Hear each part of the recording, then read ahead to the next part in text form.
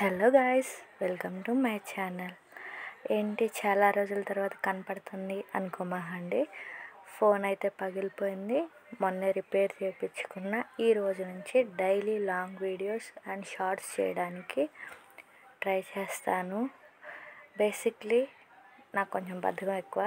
ఈరోజు అయితే మనం గుత్తి వంకాయ కూర చేసుకుందాం. ఏమేం కావాలో చూద్దాం. నువ్వులు 2 స్పూన్లు, గసాలు 2 స్పూన్లు, ఎండుమిరపకాయలు 1 కప్పు, మెంతులు కొన్ని, పల్లీలు 1/2 కప్, అలాగే మిరియాలు 1 స్పూన్, ధనియాలు 3 టేబుల్ స్పూన్లు, ఒక చిన్న కొబ్బరి ముక్క, 2 ఇంచులు చెక్క, 5-6 లవంగాలు. మీకు కావాలంటే ఇంకొంచెం వేసుకోవచ్చు. వీటన్నిటిని కళాయిలో వేసుకొని డ్రై రోస్ట్ సిమ్లో పెట్టి నిదానంగా వేయించుకోండి. కొంచెం టైం టేకింగ్ ప్రాసెస్ అయినా బాగుండిద్ది. నువ్వులు వేయించుకునేటప్పుడు మీరు వాటర్ స్ప్రే చేసుకుంటే అవి లోపల దాకా మంచిగా వేగుతాయి అన్నమాట. నువ్వులు వేగాక అందులోనే గసాలు కూడా యాడ్ చేసుకుంటున్నాను నేను.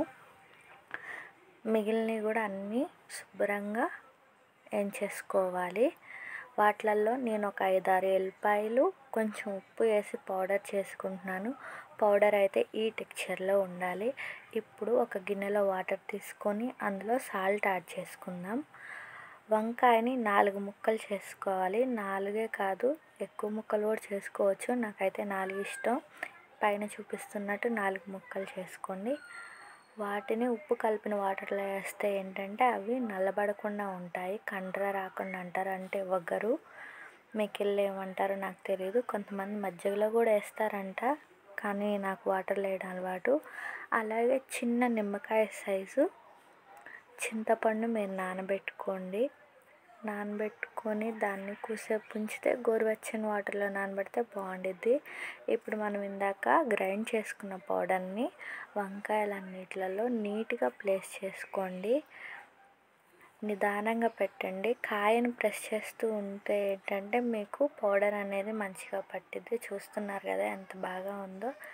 అలాగా నేను అన్ని వంకాయలకి అదేవిధంగా పౌడర్ అనేది యాడ్ చేసుకుంటున్నాను. గుత్తి వంకాయ అదొక ఎమోషన్ అండి మా ఇంట్లో. నాకు కానీ మా హస్బెండ్కి కానీ చాలా బాగా ఇష్టం. ఇప్పుడు ఒక కళాయి తీసుకొని అందులో కొంచెం ఆయిల్ పోయండి.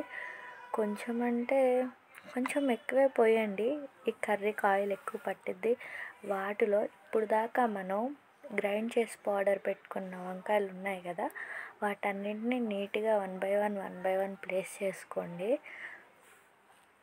ఎక్స్పీరియన్స్ పర్సన్ అయితే చేస్తూనే తిప్పుతూ ఉంటారు. నేను అలాగే అన్నిటినీ సర్దేసి ఎవ్రీ 2 minutesకి ఒకసారి వాటిని తిప్పుకుంటున్నాను, అన్ని సైడ్స్ బాగా వేగాలనేసి. మా ఆంధ్రా స్టైల్లో వేగడం, వేయించడం అంటారు. మరి మీకెళ్ళి ఏమంటారో తెలియదు. కొంతమంది తెలంగాణలో మగ్గియడం అనేసి కూడా అంటారంట. నాకు మా హస్బెండ్కి ఇలా చిన్ని మాటల దగ్గర కామెడీగా ఉండిద్ది. నేనైతే ఇక్కడ నీట్గా మగ్గించుకుంటున్నాను అన్నిటినీ. చూసారు కదా, నాకు ఒక 15 minutes పట్టింది అన్నీ ఇలా వేగడానికి. ఇప్పుడు ఆ వేగిన వాటిలలో మనం చింతపండు పులుసు బాగా పిసికేసుకొని పక్కన పెట్టుకోవాలి. వాటిలలో ఇందాక మనకైతే మిగిలిపోయిన పౌడర్ ఉండేది కదా, ఆ పౌడర్ని, చింతపండు పులుసుని, అలాగే కొంచెం కరివేపాకుని కూడా మనం అందులో యాడ్ చేసేసుకోవాలి. యాడ్ చేసుకొని మీరు ఇప్పుడే ఉప్పు, కారం ఇలాంటివి ఏమైనా ఉన్నా కూడా మీరు చూసుకోవచ్చు. ఈ పౌడరు అలాగే చింతపండు పులుసు యాడ్ చేశాక మనం దీన్ని ఒక 5 to 10 minutes అనేది పొయ్యి మీద ఉంచి చూసుకుంటూ ఉండాలి మధ్యలో.